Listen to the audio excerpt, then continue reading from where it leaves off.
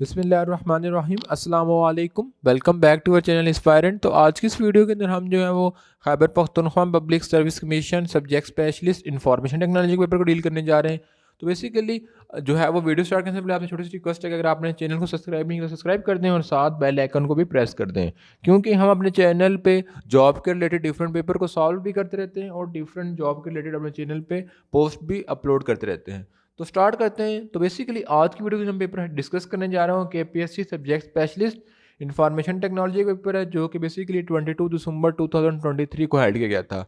तो अगर एमसीक्यू की तरफ बात की जाए तो जो एमसीक्यू नंबर 1 में लिखा हुआ है, तो self describing data is called dash Meta data, auto data, self tagging data या डिस्क्रिप्टिव मेटा डाटा।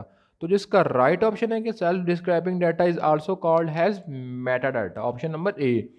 उसके बाद हम मूव करें, which is a typical size of level 1 caches size. ठीक है, 1 kilo byte, 16 kilo byte, 64 kilo byte या 256 kilo byte.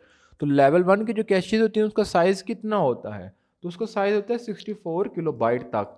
ठीक है, उसके बाद हम मूव करें नेक्स्ट एमसीक्यू की तरफ। तो हमारे पास लिखा हुआ है कि विच स्टेटमेंट इज ट्रू। तो इसमें जो right option, option number A, default value of auto variable is equal to garbage value. ठीक है, उसके बाद नेक्स्ट एमसीक्यू में मूव करते हैं, लिखा हुआ है reusability refer to dash inheritance, encapsulation, abstraction या मॉड्यूलरिटी। तो जिसका राइट ऑप्शन है कि रीयूजेबिलिटी रेफर हैज इनहेरिटेंस। ठीक है, उसके बाद IP security operate in which layer of OSI model.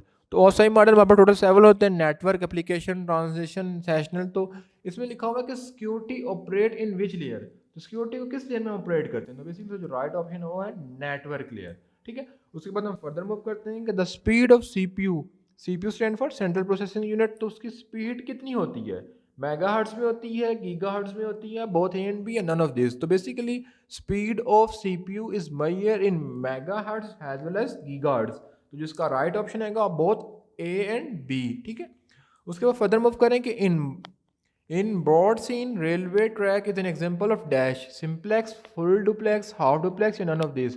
तो बेसिकली अगर हम बात करें सिंप्लेक्स, तो जैसे हम कम्युनिकेट करें और अगला बंदा हमें सुनो तो उसको बोला जाता है सिंप्लेक्स। हाफ डुप्लेक्स क्या होता है कि वन वे कम्युनिकेशन, यानी दोनों पर्सन आपस में कम्युनिकेट कर रहे हैं लेकिन एट अ टाइम एक पर्सन कम्युनिकेट कर रहा होगा। उसके बाद फुल डुप्लेक्स को लगता है बाई डायरेक्शनल, यानी दोनों एट अ टाइम एक दूसरे से कम्युनिकेट कर सकते हैं। तो abroad since railway track is an example of half duplex.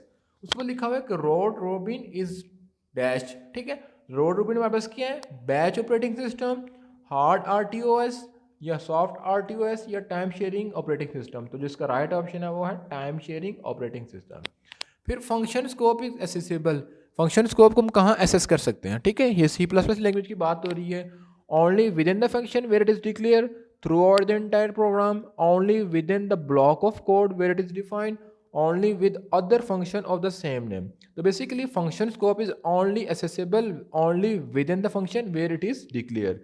उसके बाद हम फर्दर मूव करते हैं कि decision tree learning algorithm is. तो इसका एक राइट ऑप्शन था कि इट इज हेट्रिक ट्री स्ट्रक्चर, ऑप्शन नंबर ए।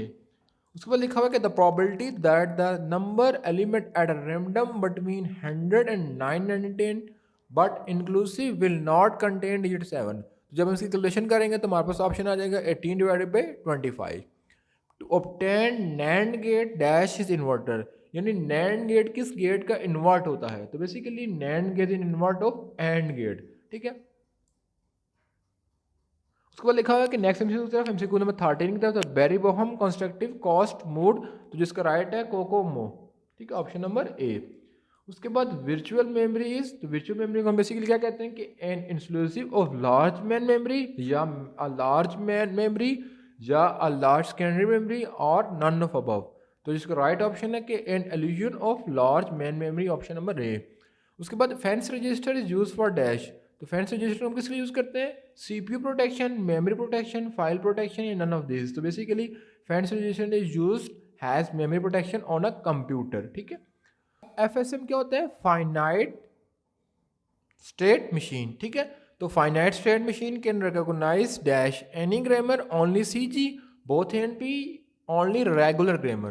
तो जिसका राइट ऑप्शन है ओनली रेगुलर ग्रामर। ठीक है, उसके बाद एमसीक्यू नंबर 18 की तरफ आ जाए तो लिखा हुआ है कि which of the following device is use to connect similar LAN with same protocol, gateway, router, switch या ब्रिज। तो जिसका राइट ऑप्शन होता है ऑप्शन नंबर डी, ब्रिज। उसके बाद which of the following is not a system call, तो इसका जो राइट ऑप्शन है option number D, gate C. ठीक है, the P I D of kernel process is dash undefined 0 1 या 3, तो जिसका राइट ऑप्शन है 0। ठीक है, bootstrap is use for dash, तो बूटस्ट्रैप को किस लिए यूज़ करते हैं, वेब एप्लीकेशन के लिए, आईओटी के लिए, बिग डाटा के लिए, या सिर्फ डाटा के लिए। तो जो इसका राइट ऑप्शन है कि हमारे पास ये यूज़ होता है फॉर वेब एप्लीकेशन बूटस्ट्रैप। ठीक है, फिर Java framework is dash Spring Laravel Angular या नॉन ऑफ दिस, तो Java framework is basically Spring. ठीक है, उसके बाद Java is closely related to dash C hash stand for C sharp, C plus plus या नॉन ऑफ दिस, तो Java is closely related to C sharp. ठीक है, Java compiler convert source code into dash, तो basically Java compiler source code convert करता है किसमें, byte code में। ठीक है, उसके बाद to access remote officer computer from home dash command is used, तो जिसके राइट ऑप्शन है टैलेंट। ठीक है, ऑप्शन नंबर डी। उसके बाद जो नेक्स्ट एमसीक्यू लिखा हुआ है कि उसमें लिखा हुआ है कि ASCII, तो इसमें फुल फॉर्म होती है कि American standard code for information interchange number 58 represent dash character, तो बेसिकली 58 किस चीज़ को रिप्रेजेंट करता है, डॉट को, सेमी कॉलन को, या क्वेश्चन मार्क को, या कॉलन को, तो basically it is use to represent colon. उसके बाद नेक्स्ट एमसीक्यू रिमूव करने लिखा हुआ है कि which of the following data structure is use to convert postfix expression to infix expression, तो इसका जो right option option number A stack.